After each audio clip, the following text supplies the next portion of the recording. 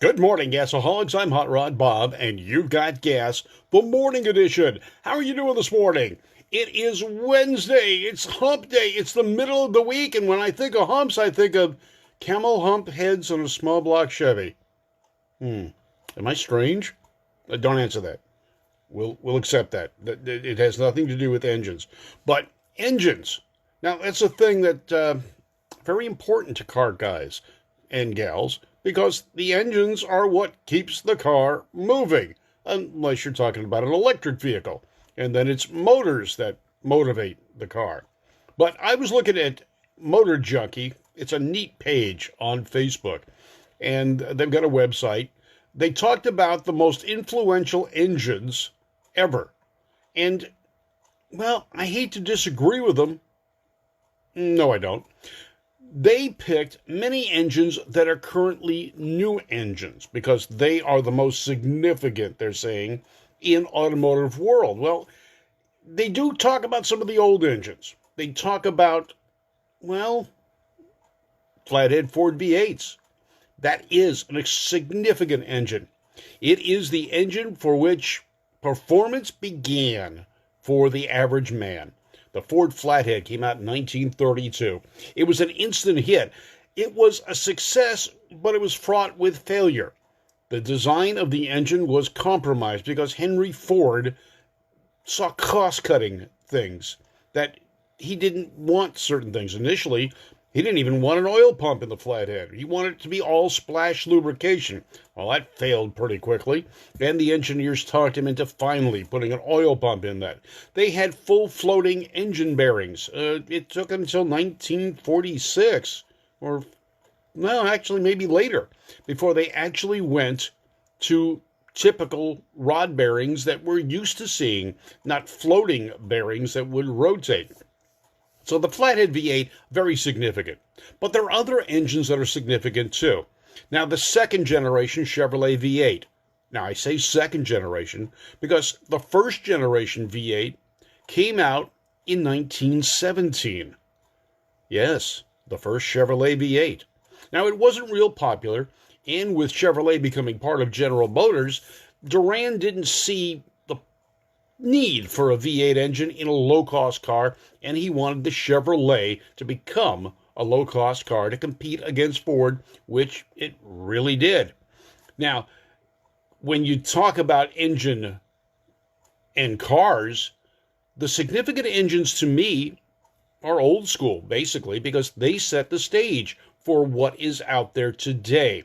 Motor Junkie seems to think the newer engines are really the engines that are significant. Now, they're significant today, and maybe they will be tomorrow, but let's look at it. The second generation Chevrolet V8, the small block, came out in 1955 as a 265 cubic inch engine. It's had many different sizes, but basically the same design block. There have been some changes. The first 265s did not have oil filters. No, they didn't. You changed the oil frequently. If you didn't, you wore the motor out. The 265 was also only front mount.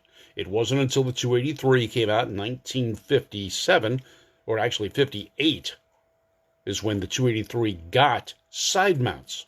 The 55, 56, and 57 Chevys were all front mount engines and mounted at the rear of the bell housing. That's how they mounted those engines. The holes used for those mounts stayed and became accessory holes for engines later on. So the small block Chevrolet from 1955 through, well, as long as it's run, and it's still running today. They make 350 motors, 400s went away, but they went up to 400 cubic inches from the factory in the small block configuration. Good morning, Robin Millar. Yeah, you made it on time. Rapid Robbie Roth, and there's a whole bunch of others. The Model T engine. Well, the Model T engine was interesting, and it was significant in that it was an inexpensive engine. It did lead to success of Ford, but was it a really milestone motor? No, it was pretty typical of the time. Now, let's get into some interesting engines. We talk about twin cams and four-valve engines and how that's a new state-of-the-art thing. Good morning, Steve. It's not. Duesenberg, Fiat, they all had twin cam engines. Bugatti, Overhead cam engines, multiple valves. It dates back to the early 1900s. So overhead cam engines, regardless of which manufacturer did them, were significant, and they continued on to set the stage. But what engines had the biggest impact? Well, in American driving, the small block Chevy, the small block Ford, the flathead Ford. And what about the Hemi? Chrysler had so many variations of the Hemi, from the small little red Ram at 241 cubic inches to the Elephant 426, the engine that really put it to NASCAR. But it set the stage. It was an engine that, through developments, set the stage for engines to come, beginning in the early 1950s. Now, there's also the Kettering design engines, the Cadillac and the Oldsmobile. These were lightweight by that standard, thin wall casting engines. The 303 Oldsmobile, the Rocket 88, that was a significant engine, and it started the performance craze, they say, and the Rocket 88 was actually considered kind of a muscle car, but the name had not been coined yet. Now, Chevrolet, as Cassie's bringing out, is the 409. Well, it did. The 409 and the 348, the W motors, as they were called back in the day. 1958, the first big block from Chevrolet was the 348. And they were pretty torquey motors, also good truck motors, also good boat anchors. The 409, 425 horsepower, was a dynamite engine. And it ran well, doing quite well in NASCAR and drag racing. But then Chevrolet came out with the mystery motor, a porcupine head, the 396, and then the 427, the 454, the 460, the 472. There's so many variations of the Chevrolet big block, and that was a significant engine that changed the motoring world. SS 396 Chevelles, very, very potent cars, and they competed quite well against the 383 Mopars. And there's another significant engine, the wedge head Mopars, the 361, the 383, the 440. Man, those are monster motors, and they continue on today as crate engines, the 440 and bigger. They are very significant. Now, when we get into the newer engines, the new significant engines, Chevrolet's LS series engines, you see them in a multitude of cars, from the Australian-built Holdens to the Cadillacs, Chevrolets, trucks, cars, different configurations from 4.8 to 6.2 liters. Now, I had a 4.8 in a pickup truck. It was a company vehicle, and that truck performed well. It towed a ski boat, no problem, up the Grapevine.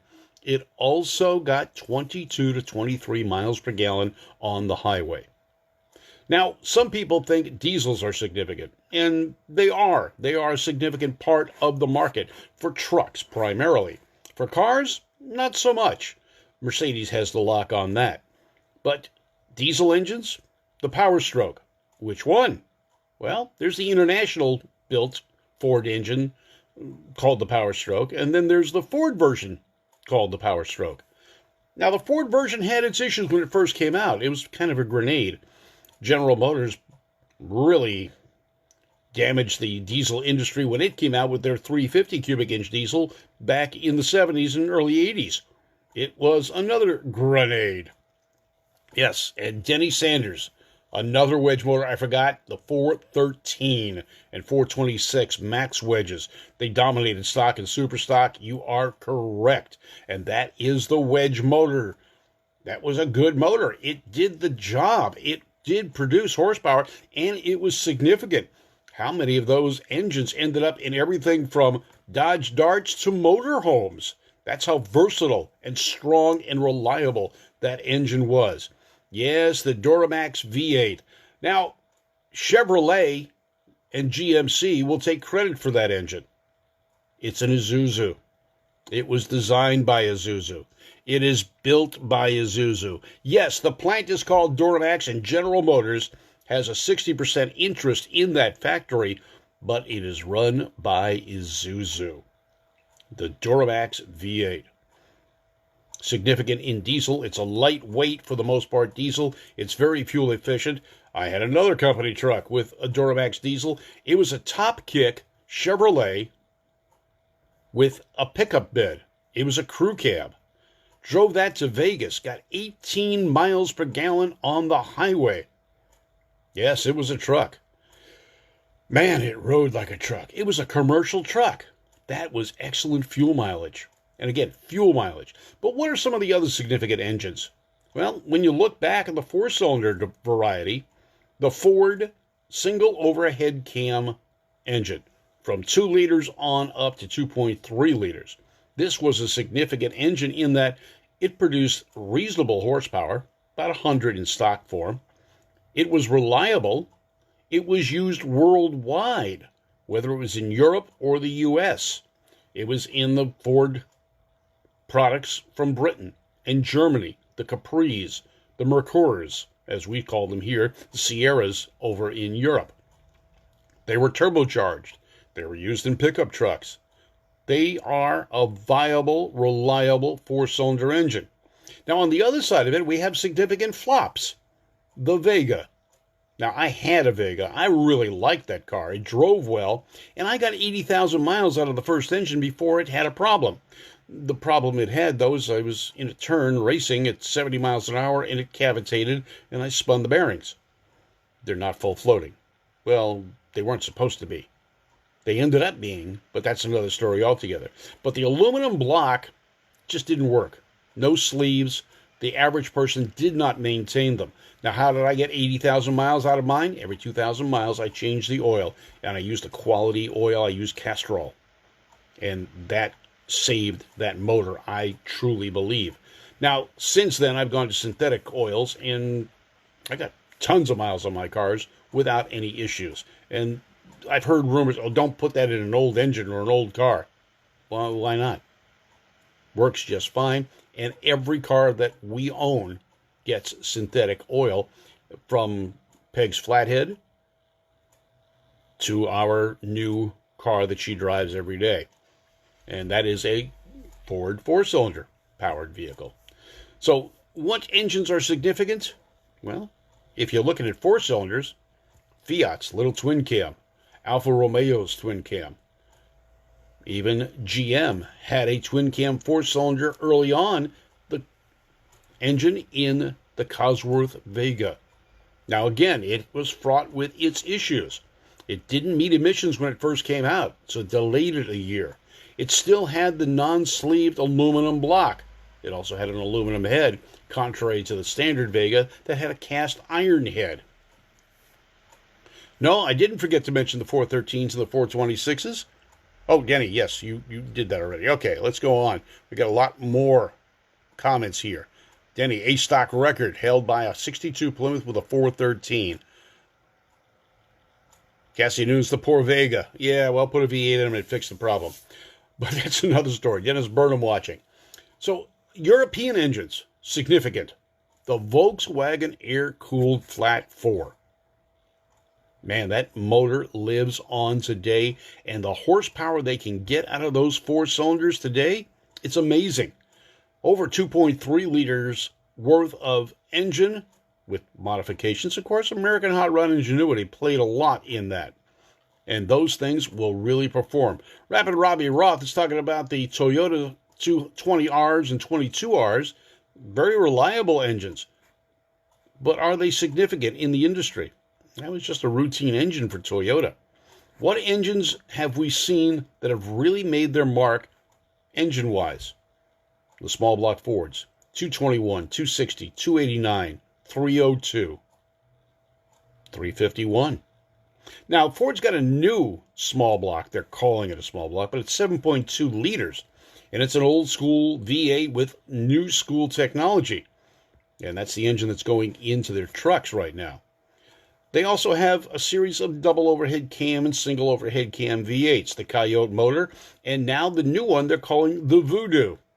Now, Ron Safried says he used Pennzoil and a can of STP. Firm believer in STP. I used to be as well, and I used STP a lot. in my older vehicles back in the day before synthetic oils. I wasn't real happy with the performance of Pennzoil, though. I found when I used Pennzoil, my cars burned oil. Now, the other problem we had with the first generation of synthetics from Mobil, Mobil 1 was 020 weight. That was way too thin. It was recommended for one of the cars I had. I put it in there, and man, that thing was noisier than can be. I quickly took it out and changed to Castrol 550. And 550 Castrol Syntec, or Edge as they call it now, was designed for cars with flat tappet cams. And my cars, pretty much, that's what they've got. Cassie Nunez, what about the Corvette mid-engine? Well, okay, it's a mid-engine Corvette, but it's the same technology that the previous Corvette had engine-wise. And that's still true today. It's the current Chevy LS or LT style motors. But significant engines, the most significant, I would have to say, is the flathead Ford V8. That is the one that started the craze for low-dollar V8s. The other companies followed suit. And, hey, we're hot rodders today. What's the most popular car or engine in a hot rod today? Well, it's either a Ford Flathead or a Chevy Small Block. I'm Hot Rod Bob. A little bit of engine trivia today. I hope you have a great day. Ron Safried saying 67 Vet, best body style ever? But you're bored, you can only look at it. Likewise, tell me about it. My favorite Corvette, 63 to 67. The one I'd have out of that group, the 67 for sure. 4-speed, small block though. I want to be able to turn around corners with that thing. All right, you guys have a great day. I'm Hot Rod Bob. You've got Gas, the morning edition. Thanks for being a gasaholic. And remember, Gas presented by Service Tech Tools and Equipment. Mention Bob Beck or Gas, the Great American Auto Scene, and their new Pulse Charger for your battery. 10% off. Check it out. Give them a call. They're in Simi Valley, and they're also on Facebook. Service Tech Equipment. You guys have a great day. I'm headed down to Sammy Malouf's engine building shop today, the race engine guy. We're going to be talking about a great show that's coming up in September. It's Stunts and Fun. It's going to be a great show with stuntmen, stunt women, doing excellent things and fun things with cars. I'm doing great today, Sid. And you're in Northern California. I'm going to be headed down to the LA area today. Got a meeting to set up a car show, a stunt show, and all for charity. And I like being part of charity shows. Anyway, you guys have a great day. It's a wacky Wednesday. Stay safe. Keep it rubber side down and shiny side up. I'm Hot Rod Bob, and you've got Gas, the morning edition, and you are a gasaholic. Have a great day.